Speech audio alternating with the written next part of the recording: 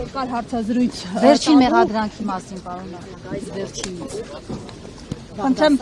Խնդրեմ նաև անդրադառնաք Հայաստան Պարոն նախագահ, կսպասեք, որ ձեր հարցազրույցը այդքան մեծ ռեզոնանս կառաջացներ եւ մարդիկ օրինակ գիշերները քուն չէին գա եւ առավոտյան ստատուսներով կարձագանքեին։ Ես ընդամենը 3-4 առաջ շատ երկար հարցազրույց եմ տվել։ Հանգիստ առանց ժղաձգումների պատասխանել եմ ինչպես Նարեկ Սամսոնյանի, Վազգեն Սաղաթելյանի, այնպես էլ մեր հայրենակիցների շատ հարցերի։ Թույլ տվեք, գոնե մի 3-4 օր էլ ծանոթանամ արձագանքներին, նոր բոլոր ձեր հարցերին կպատասխանեմ ինչպես միշտ։ Իսկ հիմա թույլ տվեք։ Փաշինյանը արդեն արձագանքել էր ձեզ հենց հարցազրույցի հաջորդ օրը։ Բայց ամեն մարդու խնդրին չի ինձ հետ կապ։ Պարոն նախագահ, այս վերջին մեղադրանքով, այս մեղադրանքով ուզում ասել ձեր գնահատումը։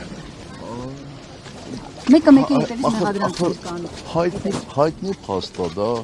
առանձին մեղադրանք է, վստահ եմ, որ այդ գործերը միացնելու են այս գործերից մեկին։ Պարոն նախագահ, 2019 թվականին Փաշինյանը հայտարարում էր, որ որևէ թուղթ չկա սեղանին, հետո հիշեց, որ թղթեր կան, դրանք ցակուցրիվ են, հիմա էլ ասում է, որ այսպես հետ չնեղվեք, գտնելու եւ սկանե անելու, տարիներ շարունակ սկաներ չկար։ Կարևորը այդ չի, կարևորը այն է, որ կարողացանք կորզել գոնե խոստում բանակցային փաստաթղթերը հրապարակելու։ Տեսնենք։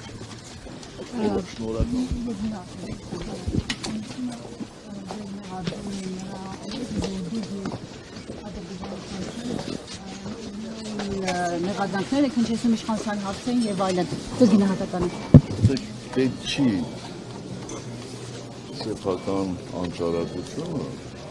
ուրիշներին այսպես վերագրել։ Դե ասում են դուք ձեր բյուջեն եք ավելացրել ռազմականի փոխարեն։ Իրան չէին ասում։